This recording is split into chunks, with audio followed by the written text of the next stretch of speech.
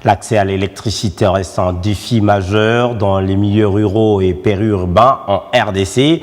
Pour en parler et mieux informer le jeune, Lancer a tenu une matinée d'information avec les étudiants de l'Université catholique du Congo. Après l'UNIKIN et l'ISTA, cette démarche pédagogique entend rencontrer bien d'autres établissements universitaires dans les jours à venir. Un reportage signé Béni Lakandal. Moderniser les infrastructures et garantir l'accès à l'énergie pour tous, c'est la vision que poursuit l'Agence nationale d'électrification et des services énergétiques en milieu rural et périurbain. Une vision présentée au cœur d'une matinée d'information tenue à l'Université catholique du Congo en présence de la communauté estudiantine. Cette rencontre a permis de sensibiliser les étudiants aux enjeux majeurs de l'électrification rurale tout en présentant les missions de Lancer entre politique publique, planification et programmation des projets d'accès à l'énergie. Nous avons lancé une campagne qui s'appelle le Meetup.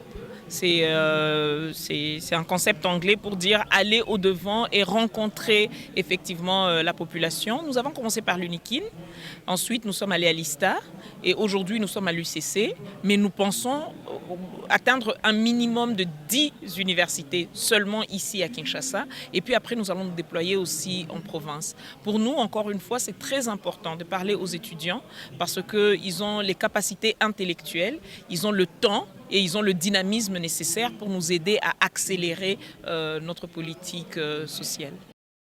La mobilisation des investissements et des financements, tout comme la mise en place d'un fonds dédié à l'électrification rurale, constituent aujourd'hui des canaux essentiels de Lancer pour accélérer l'accès à l'énergie dans les zones rurales et périurbaines. Ce n'est pas notre seule stratégie de communication.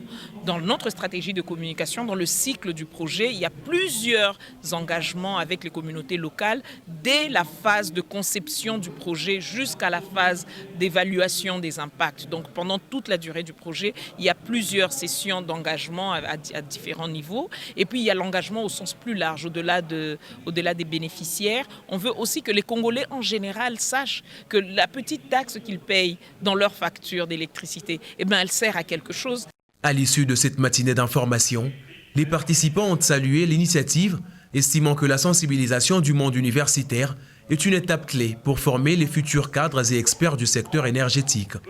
Nos étudiants ont beaucoup appris et nous sommes convaincus qu'en tant qu'acteurs du développement économique et social de la République démocratique du Congo, nos étudiants vont contribuer dans ces activités, dans les jours qui viennent.